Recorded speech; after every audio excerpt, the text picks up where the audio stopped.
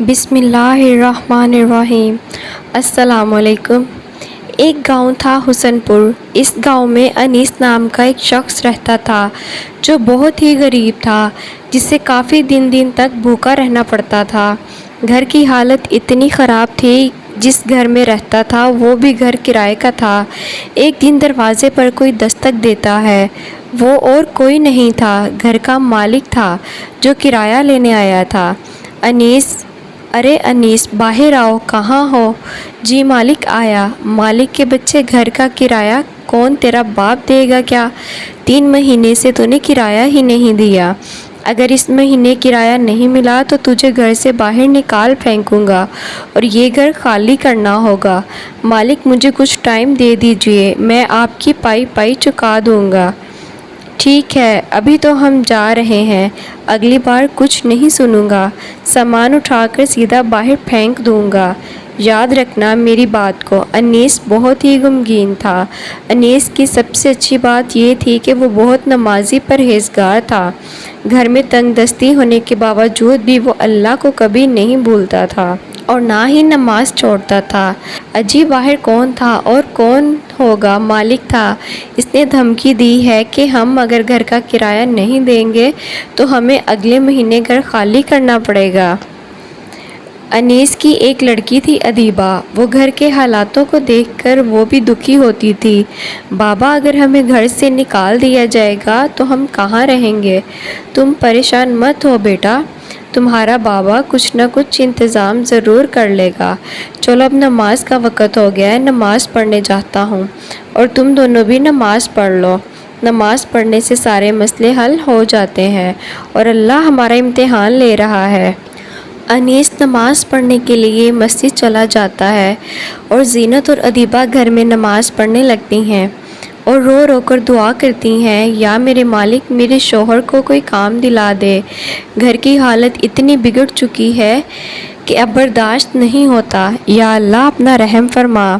اگلے دن انیس کام کی تلاش میں چلا جاتا ہے، لیکن اسے کام نہیں ملتا۔ پھر بھی وہ ایک دکان پر جاتا ہے۔ مالک، مجھے کوئی کام مل سکتا ہے کیا؟ ابھی تو ہمارے ہاں کوئی جگہ نہیں ہے، سارے کام کرنے والے ہیں۔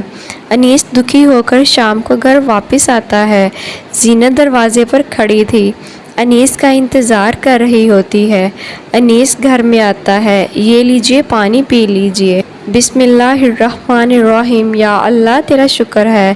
کیا ہوا جی، آج بھی آپ کو کوئی کام نہیں ملا؟ نہیں، بازار میں کوئی کام ہی نہیں ہے، جہاں جاؤ سب جگہ بے روزگاری ہی بے روزگاری ہے۔ اور ادیبہ کہاں ہے؟ وہ تو بھوکے پیٹ سو گئی، وہ آپ کا انتظار کر رہی تھی کہ بابا کھانے کے لیے کچھ لائیں گے۔ ہاں میں جانتا ہوں، اس نے مجھے جلیبی لانے کی ضد کی تھی اور میں اس سے وعدہ بھی کیا تھا کہ اس کے لیے جلیبی لے کر ہی آؤں گا، لیکن کیا کروں، مجھے کوئی کام ہی نہیں مل رہا ہے۔ اتنے میں ادیبہ اٹھ جاتی ہے۔ بابا بابا، آپ آ گئے، چلیے میری جلیبی نکالیے، میں نے آپ سے کہا تھا نا میرے لیے بابا جلیبی لانا۔ اتنی بات سن کر انیس کی آنکھوں میں آنسو آ جاتے ہیں اور زینت کے بھی۔ امی ابو کو روتا دیکھ کر ادیبہ کہتی ہے، بابا آپ روئیے مت، میں آپ سے کبھی کچھ بھی نہیں مانگوں گی اور میں جلیبی بھی کھانا چھوڑ دوں گی۔ جو جلیبی میرے بابا کو رلا دے وہ جلیبی میرے لیے حرام ہے۔ اتنا کہہ کر انیس ادیبہ کو گلے لگا لیتا ہے۔ ماشاءاللہ، میری چھوٹی سی گڑیا کتنی سمجھدار ہو گئی ہے، اسے پتہ ہے کہ بابا اسی بات کو لے کر پریشان ہے۔ ادیبہ تم فکر نہ کرو، اللہ سب ٹھیک کر دے گا۔ جی بابا، میں اللہ تعالیٰ سے دعا کروں گی نماز پڑھ کر کہ میرے بابا کو کوئی کام دلا دیں۔ اتنے میں اذان ہونے لگتی ہے۔ چلیے بابا، اذان ہو رہی ہے، آپ نماز کے لیے جائیے اور میں بھی نماز پڑھتی ہوں۔ وہ سب نماز پڑھ کر بیٹھے ہوئے ہوتے ہیں، تبھی کوئی دروازہ کھٹکھٹاتا ہے۔ انیس باہر جا کر دیکھتا ہے۔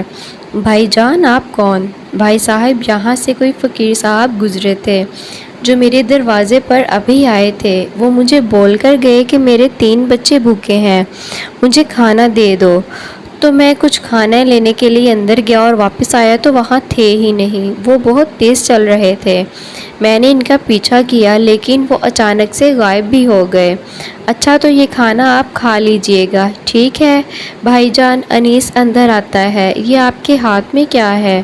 زینت یہ کوئی شخص کھانا دے کر گیا ہے، یہ اللہ نے ہی بھیجا ہوگا۔ اللہ تعالیٰ کہتا ہے کہ اپنے بچوں کو نماز کا حکم دو، رزق دینے والا تو میں ہوں۔ وہ سب خوش ہو کر اللہ کا شکر ادا کرتے ہیں۔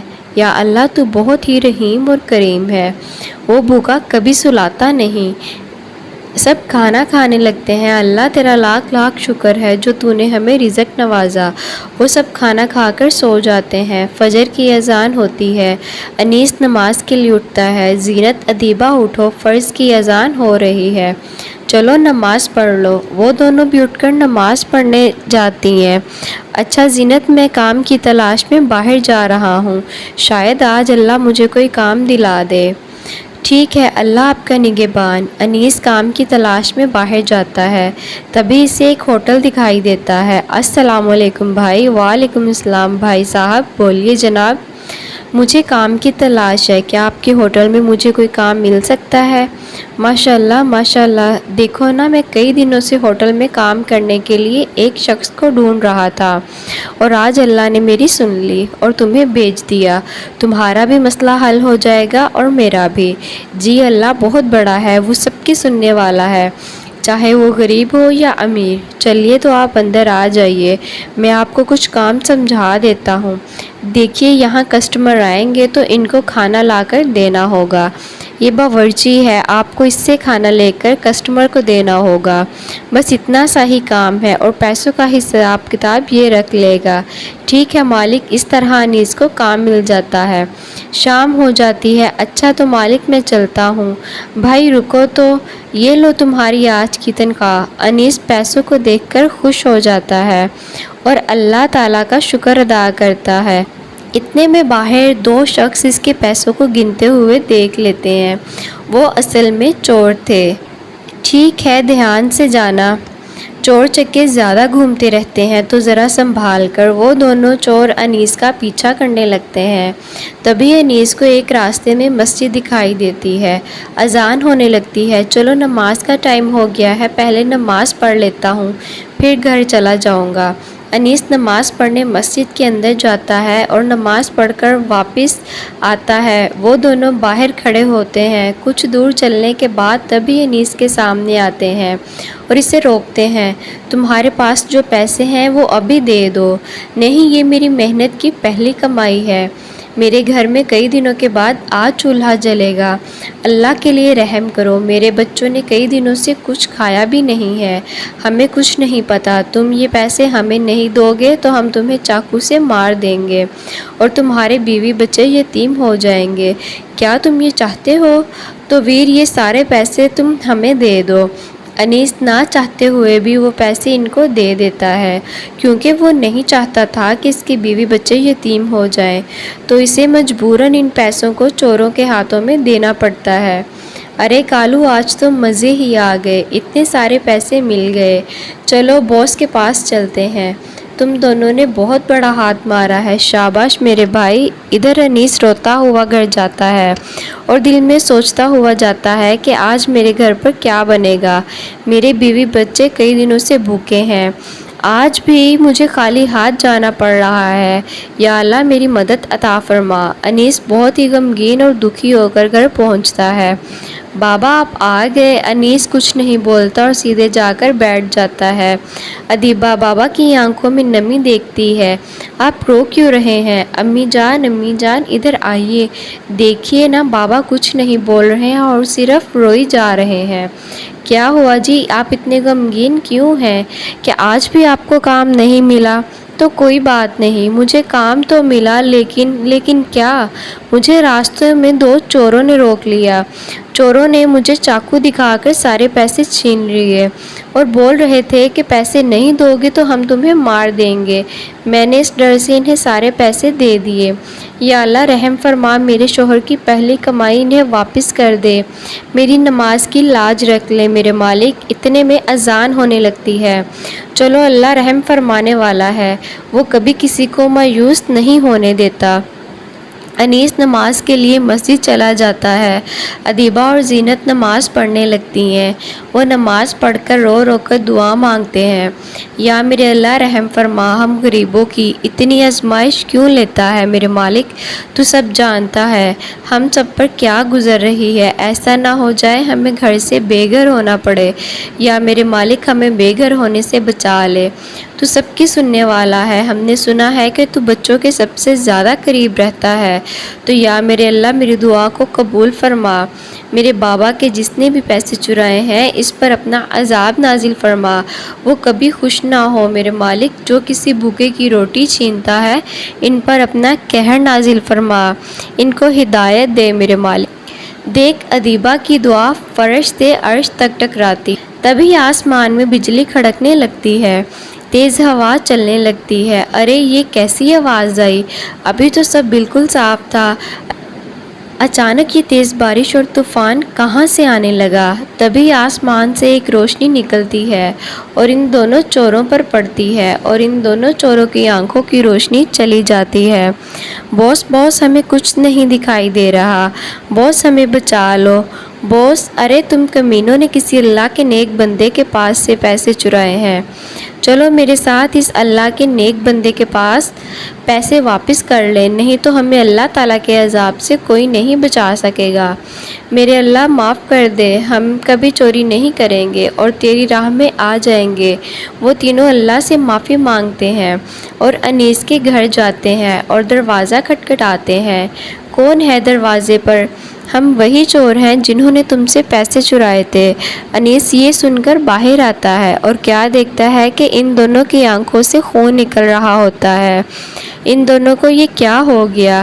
یہ ان کے گناہوں کی سزا ہے، اللہ تعالیٰ کا ان پر عذاب نازل ہوا ہے جو صرف تم ہی انہیں ٹھیک کر سکتے ہو۔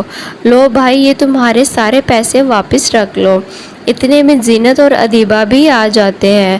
ہمیں معاف کر دو بھائی، یہ لو آپ کے پیسے، ٹھیک ہے ہم تمہیں معاف کر دیتے ہیں۔ ہمارے حضور صلی اللہ علیہ وآلہ وسلم نے فرمایا ہے کسی کے لیے کبھی دل میں میل نہیں رکھنا چاہیے، ہم نے تمہیں معاف کیا۔ اتنے میں آسمان میں روشنی نکلتی ہے اور ان کی آنکھوں میں آ کر سما جاتی ہے۔ اے اللہ تیرا لاکھ لاکھ شکر ہے، ہمیں سب کچھ دکھائی دے رہا ہے۔ اے اللہ کے نیک بندے، آج سے ہمیں بھی ہدایت ملی ہے، کبھی کسی کا پیسہ نہیں چرائیں گے اور نہ ہی حرام کمائیں گے، اور ہمیشہ نماز قرآن کی تلاوت کریں گے۔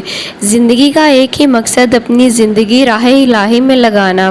اب سب اللہ تعالیٰ سے دعا کرنے لگتے ہیں، یا اللہ تعالیٰ ہمیں معاف فرما دے، ہمیں حضور صلی اللہ علیہ وآلہ وسلم کی راہ میں لگا، ہم کبھی نماز نہ چھوڑیں، نہ کبھی جھوٹ بولیں، نہ کبھی کسی شخص کا دل دکھائیں، ہمیں اپنے حضور صلی اللہ علیہ وآلہ وسلم کی سنت پر چلنے کی توفیق عطا فرما، ہمیں نماز اور قرآن کی توفیق عطا فرما، آمین ثم آمین۔